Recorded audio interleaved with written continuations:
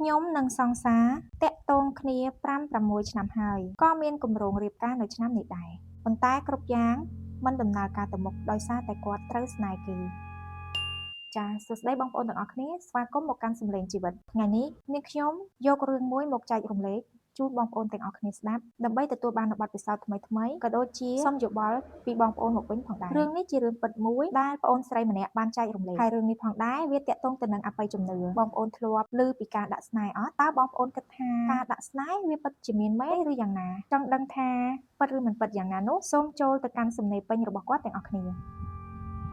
សំណេររបស់គាត់មានដូចតទៅខ្ញុំនិងសង្សារតាក់ទងគ្នា5-6ឆ្នាំហើយក៏មានគម្រោងរៀបការនៅឆ្នាំនេះដែរតែកាលពី3ឆ្នាំមុនខ្ញុំចាប់បានឆាតមួយដែលឆាតមកគាត់ក្នុងទំនាក់ទំនងដែលគួរឲ្យសង្ស័យខ្ញុំក៏បានសួរនាំគាត់ក៏បានខលទៅម្នាក់ស្រីនោះនិយាយ3នាក់ទាំងអស់គ្នាខ្ញុំគាត់ហើយនិងម្នាក់ស្រីនោះសង្សាររបស់ខ្ញុំបានប្រាប់ម្នាក់ស្រីនោះថាកុំព្យាយាមតាក់ទងគាត់ទៀតអីគាត់មានខ្ញុំហើយក្រោយមកគាត់ក៏បានប្លុកឆាតប្លុក Telegram ម្នាក់ស្រីនោះទាំងអស់គ្រប់យ៉ាងខ្ញុំគិតថាចប់អស់ហើយទើបសម្រេចចិត្តណែនាំឲ្យអ្នកផ្ទះស្គាល់ទាំងសងខាងហើយយើងមានគម្រោងរៀបការនៅឆ្នាំនេះតែម្ដងក្នុងខែមីនាខ្ញុំក៏ទទួលបានលេខផ្លាយខលចូលមកម្នាក់ស្រីនោះបដូរលេខខលមកខ្ញុំគាត់ថាគាត់មានកូនជាមួយខាងប្រុសហើយគាត់មិនទទួលខុសត្រូវខ្ញុំក៏សួរនាំខាងប្រុសគាត់ក៏ប្រាប់ថាគាត់ជាប់អន្ទាក់គេទើបខ្ញុំឆែកមើលទាំងអស់ព្រះអើយម្នាក់ស្រីនោះនៅបន្តព្យាយាមឆាតមកគាត់តាមរយៈ ABA និង ACLIDA ដោយរីម៉ាកពាក្យផ្សេងៗដូចជាខ្ញុំរស់នៅមិនបានទេបើគ្មានបងខលមកអូនផងលួងអូនផងបងនឹងមានវិប្បដិសារីបើបងមិនតាក់ទងមកអូនគាត់ចង់និយាយថាគាត់ចង់សម្លាប់ខ្លួន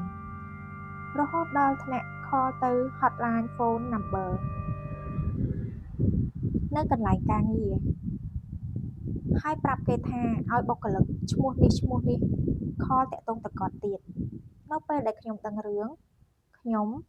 ក៏បានប្រាប់ខាងប្រុសឲ្យទៅរៀបការជាមួយគេទៅអាណិតក្មេង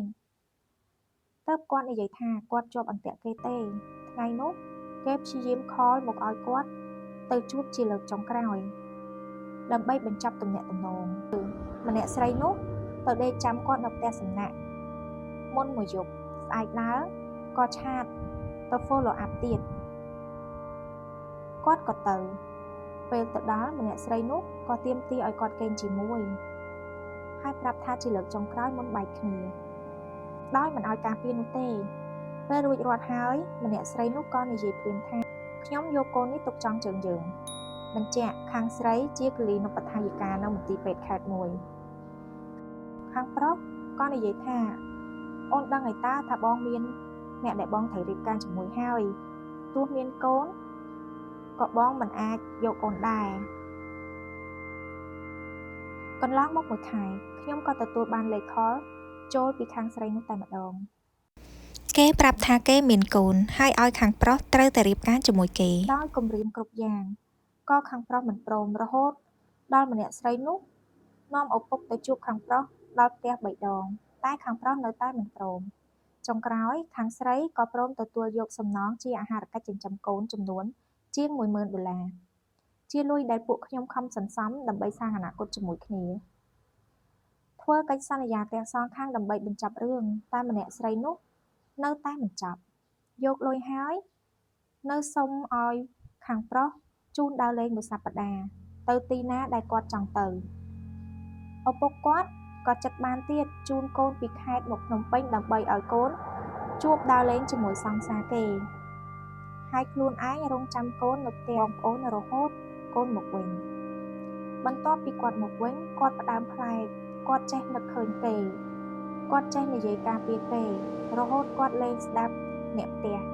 ខ្ញុំក៏ចេះតែយល់សប្តិឃើញគាត់អត់ក្បាលពីរដងយល់សប្តិឃើញព្រាយស្រីតាមគាត់ដល់ផ្ទះតែព្រាយនោះចូលផ្ទះមិនបានខ្ញុំឃើញខ្ញុំក៏សូត្របាលីព្រាយនោះឆេះទៅចំណែកគាត់វិញម៉ោង 2-3 ទៀបភ្លឺគាត់កេងលេងលក់ពេលខ្លះស្រែកមកមើលថាឃើញព្រាយចង់ចូលខ្លួនគាត់រហូតចុងក្រោយមុននេះមួយសប្តាហ៍គាត់មកប្រាប់ខ្ញុំថាគ្មានជម្រើសទេ គាត់ត្រូវទៅភ្ជាប់ពាក្យជាមួយគេហើយគេសុំខ្ញុំក៏ប្រាប់គាត់ថាបើបង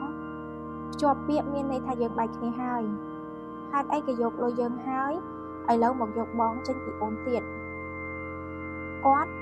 ថាគេសុំដើម្បីធ្វើការតខ្លាចគេថាគាត់មានកូនអត់ប្តីដោយទឹកមុខពាក្យសម្ដីគាត់ចេះស្រែកគាត់ចេះតមាត់ជាមួយម៉ាក់អាការៈគាត់កាន់តែប្លែកភ្លឹកមិននិយាយស្ដីដូចមុនហើយចូលចិត្តសំងំនៅម្នាក់ឯងទើបប្អូនរបស់គាត់បបួលខ្ញុំទៅរកមើលហោហើយអ្នកផ្ទះគាត់ក៏រកគេមើលដែរតែទៅកន្លែងផ្សេងគ្នា 4-5 កន្លែងហើយព្រះតេជគុណមានសង្កេតការណ៍ដូចគ្នាថាញោមអើយគូរបស់ញោមកំពុងត្រូវគេធ្វើស្នេហ៍ដាក់ហើយត្រូវជាង1ឆ្នាំហើយតែគេសម្រុក 5-6 ខែចុងក្រោយនេះខ្លាំងគេដាក់ព្រាយឲ្យតាមញោមប្រុសតែម្ដងអញ្ចឹងពេលខ្លះមិនមែនសម្ដីគាត់ទេព្រះអង្គក៏បន្ថែមថាអាត្មាមិនអាចជួយបានទេព្រោះអាត្មាជាអ្នកបួសបងជួយគិតផងថាតើស្នេហ៍មានមែនអត់ហើយខ្ញុំត្រូវរកខាងណាដើម្បីជួយដោះស្រាយរឿងនេះបានអ្វីដែលសំខាន់ថ្ងៃនេះ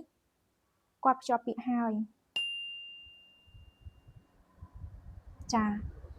សំណេររបស់ប្អូនស្រីបានឈានដល់ទីបញ្ចប់ហើយតើបងប្អូនទាំងអស់គ្នាមានការយល់ឃើញយ៉ាងណាដែរចំពោះរឿងនេះតើបងប្អូនទាំងអស់គ្នាគិតថាការដាក់ស្នេហ៍រឿងអំពើអំព័ន្ធគឺពិតជាមាននៅលើពិភពលោកនេះមែនដែរឬទេ